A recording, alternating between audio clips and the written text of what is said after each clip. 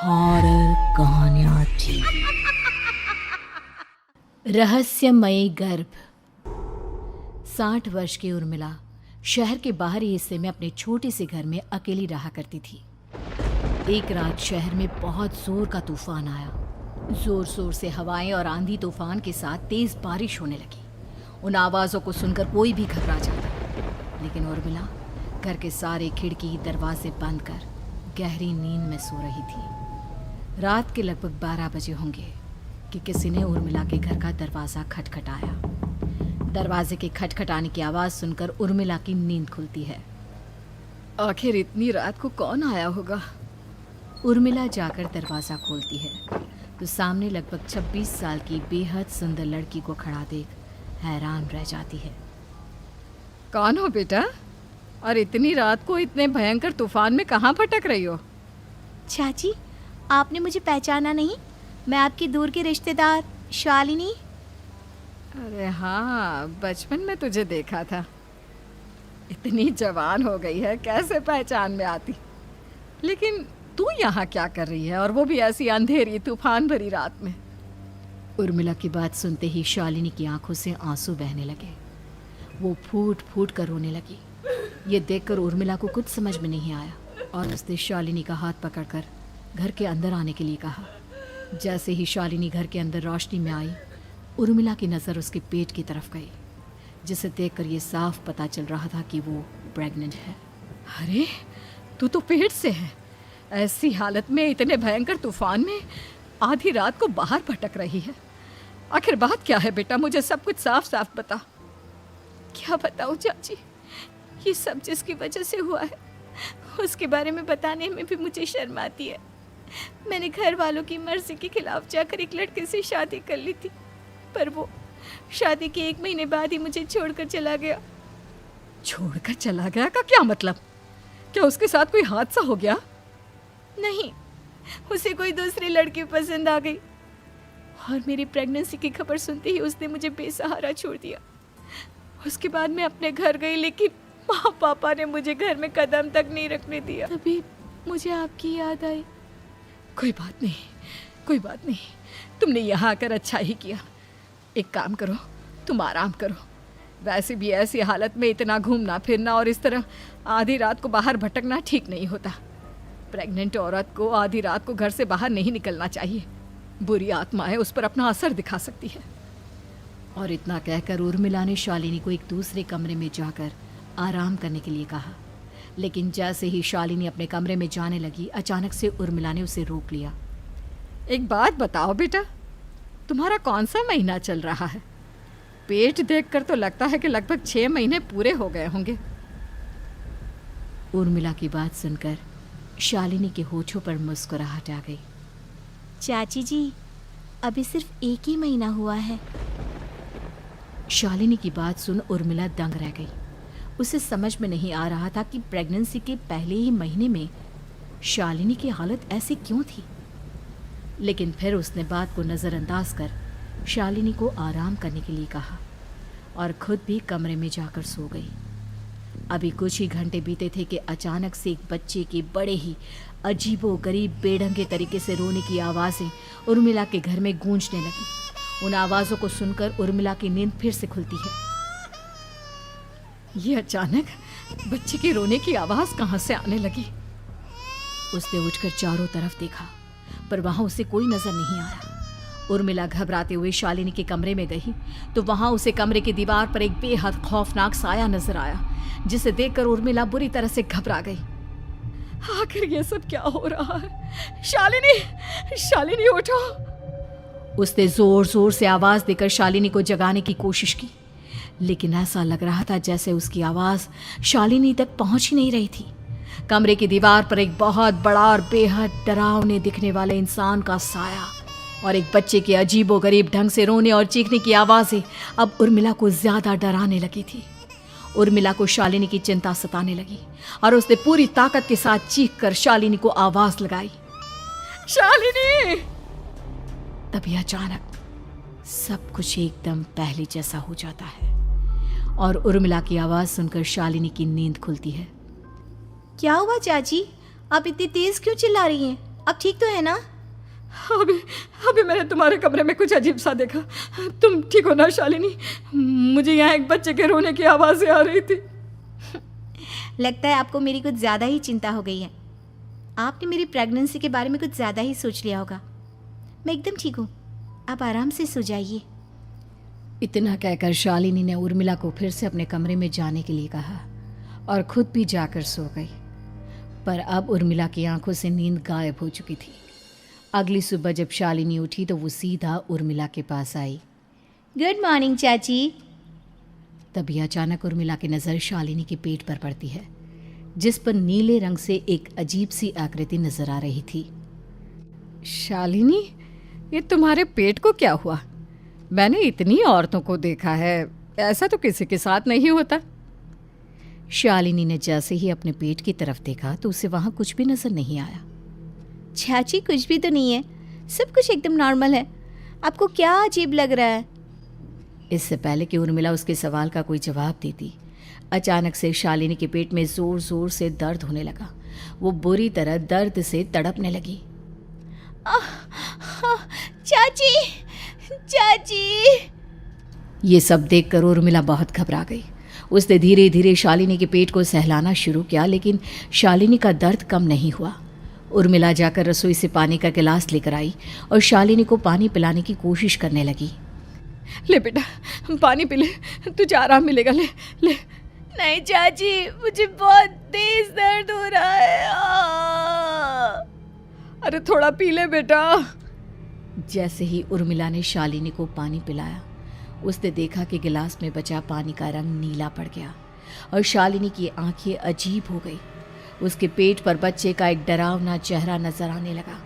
ये सब देखकर उर्मिला की डर से हालत खराब होने लगी, पर तभी शालिनी का दर्द ठीक हो गया।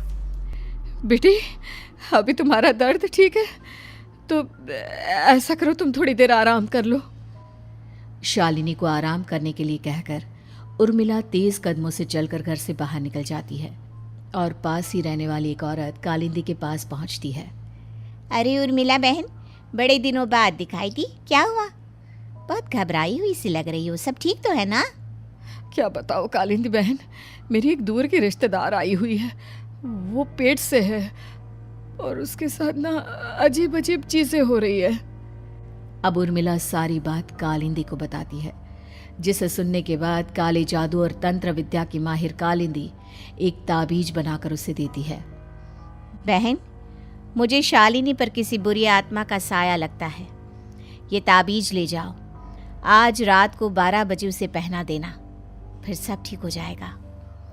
उर्मिला ताबीज लेकर घर वापस आती है और अब आधी रात के होने का इंतजार करने लगती है। जैसे ही आधी रात होती है, वो नींद में सोई शालिनी को ताबीज पहना शांति से अपने कमरे में आकर अपने पलंग पर लेट जाती है।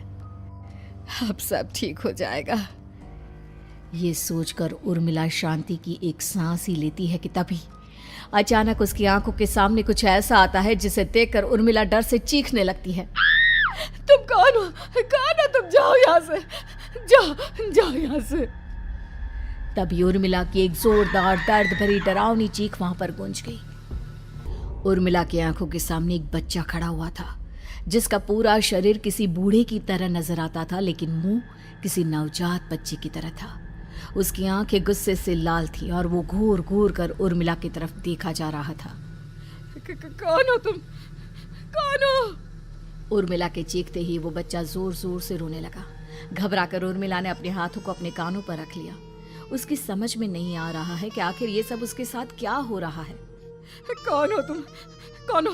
क्या चाहते हो मुझसे? जाओ जाओ यहाँ से, आखिर तुम हो कौन? तभी अचानक से उर्मिला के पूरे घर में लाल रंग की रोशनी फैल गई। वो बच्चा धीरे धीरे कदमों से चलता हुआ उर्मिला की तरफ बढ़ने लगा। किसी नवजात पैदा हुए बच्चे के जैसे उसके रोने की आवाज अब उर्मिला के कानों में गूंज रही थी। लेकिन कुछ ही सेकंड में वो चुप हो गया और उसने बेहद खतरनाक आवाज में उर्मिला के सवाल का जवाब दिया। मैं वो हूँ जो अब तक पैदा नहीं हुआ, लेकिन जब मैं पैदा हो जाऊंगा तो वो होगा जो अब तक कभी नहीं हुआ। ये क्या कहना चाहते हो तुम? ऐसा क्या हुआ जो अब तक नहीं हुआ? तबाही होगी, तबाही। सब कुछ खत्म हो जाएगा और ये जो लड़की मुझे जन्म देने वाली है, मैं उसका खून पी जाऊंगा, सारा खून। उस बच्चे की बात सुनते ही उर्मिला बुरी तरह घबरा गई। उसका एक बुजुर्ग आदमी जैसा शरीर, एक नवजात बच्चे जैसा चेहरा, ये दोनों ही बातें उर्मिला की समझ से बाहर थी। तभी वो बच्चा अचानक गायब हो गया। घर का माहौल फिर से पहले जैसा हो गया। लाल रंग की रोशनी भी अब गायब हो चुकी थी। उर्मिला दौड़कर शालिनी के कमरे में पहुंची, जहां वो गहरी नींद में सोई हुई थी, पर उसके गले का ताबीज गायब हो चुका था। उठो उठो शालिनी, उठो बेटा, मुझे तुमसे ज़रूरी बात करनी है। अरे चाची क्या हुआ? इतनी रात को आप परेशान क्यों कर रही हैं? सब ठीक है ना? अभी जब तुम सो रही थी ना, तो मैंने तुम्हारे गले में एक ताबीज पहनाया था। कहाँ गया बेटा, बताओ मुझे। शालिनी ने चारों तरफ अपनी नजरें घुमाकर देखा, लेकिन वहां पर कोई ताबीज नहीं था। वह हैरानी से उर्मिला के चेहरे की तरफ देखने लगी। उसे समझ में नहीं आ रहा था कि आखिर उर्मिला किस ताबीज के बारे में बात कर रही थी। नहीं चाची, यहाँ कोई ताबीज नहीं है। लगता है आपने कोई बुरा सपना देखा है। मैंने कोई बुरा सपना नहीं देखा। खैर छोड़ो, तुम अब सो जाओ, फिर सुबह बात करते हैं। डर और घबराहट की वजह से उर्मिला की आंखों से नींद तो जैसे बिल्कुल गायब हो गई थी। अगली सुबह उर्मिला बिना कोई देर किए गांव के बाहर एक छोटी सी झोपड़ी में रहने वाले बूढ़े पंडित के पास पहुंची। पंडित जी, मेरी मदद कीजिए। अरे आओ आओ उर्मिला, क्या हुआ? सब ठीक तो है ना? क्या बताओ पंडित जी, बहुत बड़ी मुसीबत है। मेरी दूर की एक रिश्तेदार लड़की पेट से है और उसके साथ बहुत डरावनी चीज़ें हो रही है। कल रात को तो एक अजीब सा दिखने वाला बच्चा मेरी आंखों के सामने आकर खड़ा हो गया था। ये तुम क्या कह रही हो? मुझे साफ साफ बताओ कि आखिर तुमने क्या देखा? उर्मिला ने अपने साथ हुई बीती रात की पूरी घटना पंडित जी को बताई, जिसे सुन पंडित जी के माथे पर चिंता की लकीरें उभर आई। अनर्थ होने वाला है, अनर्थ। बरसों पहले भी उस हैवान ने एक लड़की के पेट से जन्म लिया था और उसके बाद उस शहर को पूरी तरह से तबाह कर दिया। कैसी विपदा पंडित जी, कैसे बात कर रहे हैं आप? बताइए मुझे, और इसका उपाय क्या है? इसका उपाय तो है, लेकिन बहुत कठिन है। हो सकता है कि उस उपाय को करने के दौरान तुम्हारी जान भी चली जाए। मुझे मेरी जान की कोई परवाह नहीं, पर आप जिस तबाही के बारे में बात कर रहे हैं, बस वो नहीं होनी चाहिए। लाखों लोगों की जान बचाने के लिए मैं कुछ भी करूंगी। तो ठीक है, मेरी बात ध्यान से सुनो। बरसों पहले एक भयानक तांत्रिक ने अपनी तंत्र क्रिया के जरिए एक मासूम लड़की के साथ रिश्ता बनाकर उसके पेट से जन्म लिया था। इस तरह से वो अपने जैसे लोगों की संख्या इस दुनिया में बढ़ाना चाहता था। आपके कहने का मतलब है कि शालिनी के पेट से भी उस शैतान को जन्म लेना है, इसलिए उसने उसके साथ ये सब किया है। ठीक पहचाना तुमने। अब मैं तुम्हें एक ऐसा सिंदूर दूंगा जिसे तुम्हें ले जाकर उस लड़की के पेट पर लगाना होगा। क्या ऐसा करने से सब कुछ ठीक हो जाएगा? नहीं उर्मिला, ये सब इतना आसान नहीं। उस लड़की के पेट पर सिंदूर लगाने के बाद तुम्हें उसका पेट काटकर उस हैवान को बाहर निकालना होगा। नहीं पंडित जी, मैं ये सब नहीं कर सकती। मैं भला एक जिंदा लड़की के पेट को अपने हाथों से कैसे काट सकती हूँ? अगर तुमने ऐसा नहीं किया तो कुछ ही दिनों में वो हैवान उस लड़की के शरीर से जन्म लेगा और उसके शरीर के सारे खून को पीकर अपनी ताकत को बढ़ाएगा। उसके बाद वो धीरे धीरे इस पूरे शहर को तबाह कर देगा। यहाँ पर कोई जिंदा नहीं बचेगा। लेकिन अगर मैं उसके पेट को काट दूंगी तो क्या वो जिंदा बच पाएगी? अगर शालिनी को कुछ हो गया तो, अगर उसकी मृत्यु हो गई तो? ऐसा कुछ नहीं होगा उर्मिला, तुम्हें अपने मन को पक्का करके ये काम करना ही होगा। सिंदूर लेने के बाद उर्मिला झोपड़ी से बाहर निकलने ही वाली थी कि तभी पंडित जी ने उसे पीछे से आवाज देकर रोका। उर्मिला, उस लड़की का पेट काटकर हैवान को बाहर निकालना ही काफी नहीं होगा। तुम्हें ध्यान रखना होगा कि ये सब करते हुए उस बच्चे का जो आधा बूढ़े का शरीर है उस पर सिंदूर की एक बूंद भी ना लगने पाए, क्योंकि अगर ऐसा हुआ तो वो तुम्हें और बाकी सबको कच्चा खा जाएगा। पंडित जी की बात सुन उर्मिला की आंखें फटी रह गई और उसके शरीर में डर की लहर दौड़ गई। फिर भी उसने हिम्मत की।